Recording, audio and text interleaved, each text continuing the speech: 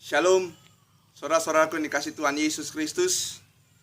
Puji syukur kita panjatkan kepada Allah Bapa Tuhan kita karena kehidupan yang terus dapat kita rasakan hingga sampai dengan saat ini. Ketika kita boleh dapat menghirup udara, ketika kita boleh dapat menikmati kehidupan yang boleh kita nikmati, yang boleh kita jalani, itu harus kita imani dan kita yakini ada karena kasih Tuhan. Kekuatan, kesehatan, Dia telah anugerahkan bagi kita semua. Sehingga tidak ada alasan bagi saya dan saudara untuk kita bersama-sama menaikkan rasa syukur atas perbuatan Tuhan di dalam kehidupan kita. Saudara-saudaraku yang dikasihi dan selalu mengasihi Tuhan Yesus Kristus, perjumpaan kita pada hari ini, hari Rabu, di tanggal 8 Juli di tahun 2020, di mana kita bersama-sama ada dalam persekutuan merayakan kebaikan Tuhan melalui ibadah rumah tangga yang kita harus juga melaksanakannya masih di rumah kita masing-masing. Jemaat yang dikasihi Tuhan, pembacaan firman Tuhan yang kita telah siapkan dan kita telah baca, yang terambil dari kitab Hakim-Hakim pasalnya yang ke-7, dimulai dari ayatnya yang ke-15 sampai dengan ayatnya yang ke-25. Yang mana saudara-saudara dikasihi Tuhan Yesus Kristus, pembacaan daripada kitab Hakim-Hakim ini adalah pembacaan firman Tuhan yang juga telah kita renungkan pada ibadah di hari Minggu yang lalu. Di dalamnya kisah yang diceritakan dalam Alkitab, khususnya dalam kitab Hakim-Hakim, adalah sebuah kisah yang menceritakan perjalanan kehidupan umat Allah, bangsa Israel, ketika mereka ada dalam tuntunan tangan kasih Tuhan pada masa zaman Hakim-Hakim, atau tepatnya setelah pada zaman Yosua membawa bangsa Israel melanjutkan perjalanan mereka ke negeri, ke tempat yang dijanjikan Allah. Saudara-saudaraku dikasihi Tuhan Yesus Kristus, seorang hakim sama seperti nabi-nabi yang lain.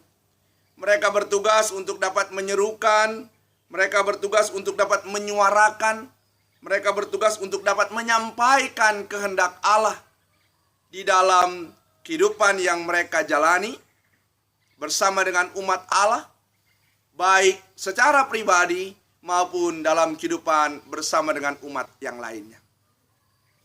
Nah, saudara dikasihi Tuhan Yesus Kristus, salah satu kisah yang diceritakan dalam Alkitab, dalam kitab Hakim-Hakim, yaitu sosok seorang yang bernama Gideon. Gideon di dalamnya, dalam kitab Hakim-Hakim pasalnya yang ke-6, di sana diceritakan bagaimana Gideon dipanggil untuk dapat memulai, meneruskan dan melanjutkan karya kasih Allah di tengah-tengah kehidupan bangsa Israel. Bila kita sejenak melirik ke belakang, dalam Hakim-Hakim pasalnya yang ke-6, ayatnya yang ke-14, di sana dikatakan bagaimana Allah yang mengutus Gideon, Allah yang hadir di tengah-tengah Gideon untuk dia boleh dapat merepresentasikan, untuk dapat menghadirkan karya kasih Allah dalam kehidupan umat Allah bangsa Israel.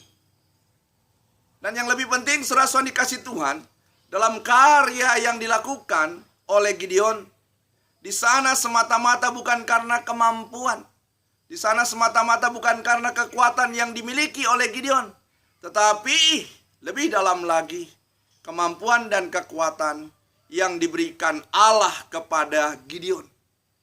Allah yang menyertai Gideon, Allah yang akan menuntun, Allah yang akan membimbing Gideon ketika dia melaksanakan dan melanjutkan tugasnya menyampaikan shalom, damai sejahtera yang datang daripada Allah. Saudara-saudaraku yang dikasihi dan saya percaya terus mengasihi Tuhan kita Yesus Kristus. Hakim-Hakim pasalnya yang ke-7, ayatnya yang ke-15 sampai dengan ayatnya yang ke-25. Yang kalau kita boleh melihat lebih dalam lagi, Lembaga Alkitab di sana memberikan judul Gideon mengusir musuh. Saudara-saudaraku yang dikasihi dan saya percaya selalu mengasihi Tuhan Yesus Kristus. Proses dari apa yang Gideon lakukan, sebuah proses yang tidak terlepas daripada kehendak Allah. Allah yang menentukan bagaimana Gideon harus melakukan. Gideon harus mengerjakan apa yang Allah tentukan di dalam tugas yang akan dia lakukan. Sejenak kita membaca, kita melirik dari kitab Hakim-Hakim pasalnya yang ke-7, di mana proses ketika umat Tuhan akan mengalahkan musuh, di sana dimulai dengan proses sebuah penyaringan, proses seleksi.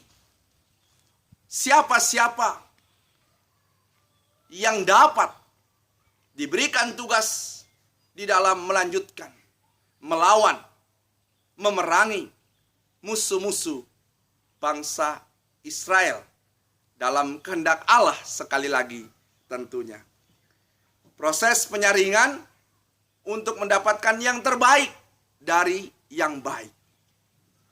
300 pasukan orang-orang yang telah ditentukan dalam kitab Hakim-Hakim pasalnya yang ke-7. Di sana dikatakanlah adalah orang-orang yang telah dipilih. Orang-orang yang benar-benar mempunyai dedikasi. Orang-orang yang benar mau mempunyai ketaatan dan kesetiaan melanjutkan apa yang harus mereka lakukan. Apa yang harus mereka kerjakan. Saudara-saudaraku yang dikasihi Tuhan Yesus Kristus, dalam bagian bacaan firman Tuhan, di mana di sana dikatakan Gideon membagi orang-orang ini menjadi kelompok yang kecil. 300 orang ini dikatakan menjadi kelompok-kelompok yang ada. Di mana kelompok-kelompok ini, orang-orang ini, mereka bertugas untuk melakukan tugas mereka masing-masing. Mereka bertugas untuk mengerjakan apa yang harus dilakukan dan diwajibkan kepada mereka untuk mereka mengerjakannya. Tugas yang dicatat dalam bacaan kitab Hakim-Hakim adalah bagaimana mereka meniupkan sangkakala. Sangkakala sebagai kehadiran Allah untuk memberikan kemenangan atas kehidupan mereka. Saudara-saudara dikasihi Tuhan Yesus Kristus, lebih dalam lagi dalam kitab ini, Hakim-Hakim pasalnya yang ke-7, ayatnya yang ke-23, di sana dikatakan Gideon pun memberikan tugas kepada suku-suku bangsa yang lain. Suku bangsa-bangsa Israel. Di sana disebut ada suku Naftali, ada suku Asher, ada suku Manasye, bahkan ada suku Efraim. Di mana mereka mempunyai tugas juga dalam kapasitas yang sama. Sama seperti kelompok-kelompok yang lain. Mereka melakukan apa yang harus mereka lakukan. Mereka di sana diajarkan untuk dapat mengerjakan instruksi yang baik. Instruksi yang datang dari Gideon dan tentunya dasarnya dari Allah. Mengejar orang-orang Midian. Mengalahkan orang-orang Midian. Nah, saudara-saudaraku yang dikasihi Tuhan Yesus Kristus, dari rangkaian bagian pembacaan firman Tuhan ini, di sana pada intinya mau mengatakan bagaimana apa yang telah dilakukan oleh Gideon itu tidak terlepas dari kehendak Allah. Allah yang akan selalu menyertai dia, Allah yang akan selalu melindungi dia, Allah yang tetap berperkara dan Allah yang berperang baginya dan bagi bangsa Israel. Kita dapat melihatnya dalam kitab Hakim-Hakim pasalnya yang ke-6, ayatnya yang ke-16, kitab Hakim-Hakim pasalnya yang ke-7, ayatnya yang ke-16 juga di sana dikatakan bahwa Allah akan memukul habis bangsa Midian.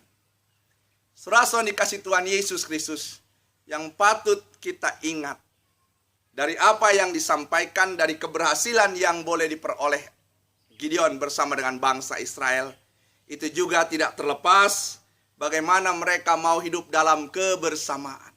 Mereka mau bekerja bersama-sama sampai akhirnya mereka mendapatkan apa yang mereka inginkan, apa yang mereka dambakan di dalam kehendak Allah. Kebersamaan inilah yang Gideon wujudkan. Kebersamaan inilah yang Gideon ajarkan. Dan kebersamaan inilah yang terus Gideon mau sampaikan. Supaya bagaimana umat Tuhan mereka tetap hidup dalam hidup yang benar, dalam kesatuan, untuk tetap menyadari bahwa apa yang mereka miliki, kebersamaan yang mereka peroleh, itu juga semata-mata karena kasih Tuhan. Saudara-saudaraku yang dikasihi Tuhan Yesus Kristus, dalam sebuah pertandingan, dalam sebuah perlombaan, seseorang atau kelompok mereka boleh mendapatkan kemenangan atau keberhasilan. Di antaranya mereka ada dalam faktor untuk bekerja bersama. Seorang pelatih memberikan instruksi yang baik kepada atletnya, dan atletnya melakukan apa yang diinstruksikan oleh pelatihnya. Seorang pemain bekerja sama dengan para pemain yang lainnya, sehingga mereka boleh mendapatkan kemenangan. Nah, saudara-saudara dikasih Tuhan Yesus Kristus, intinya yang terjadi bahwa bagaimana adanya kebersamaan yang mendatangkan kebaikan, kesatuan yang mendatangkan kemenangan. Kemenangan bukan bagi dirinya, tapi kemenangan juga bagi orang-orang yang ada di sekitarnya. Nah, ini tandanya saudara-saudara dikasih Tuhan dalam kehidupan sebagai persekutuan umat Allah, sebagai persekutuan orang percaya, kita selaku gereja, kita sebagai keluarga, di mana kita juga harus didasari dalam kebersamaan. Kebersamaan dalam ketaatan kepada Allah Bapa Tuhan kita dalam Yesus Kristus, yang selalu menuntun kita supaya kita menghasilkan hal-hal yang baik. Kita menghasilkan hal-hal yang mendatangkan kebaikan. Kebaikan bukan hanya bagi kita, kebaikan bukan hanya bagi kelompok kita, tapi kebaikan bagi seluruh umat Tuhan. Dalam hal ini, persekutuan umat Allah. Tidak ada yang menang buat kita, tapi menang buat bersama-sama. Menang untuk mendatangkan damai sejahtera dalam kehidupan yang Tuhan percayakan. Saudara-saudaraku yang dikasihi dan tentunya mengasihi Tuhan Yesus Kristus, kerjasama yang baik menghasilkan hal yang baik. Kerjasama yang benar menghasilkan hasil yang benar. Yang terpenting adalah benar bukan hanya untuk kita, tetapi benar untuk menghasilkan hal-hal yang benar untuk semua orang.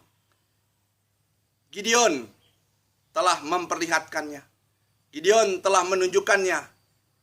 Gideon telah memperlihatkannya apa yang harus dilakukan sebagai orang yang dipercayakan Allah, sebagai seorang hakim untuk hadir di tengah-tengah kehidupan umat Allah.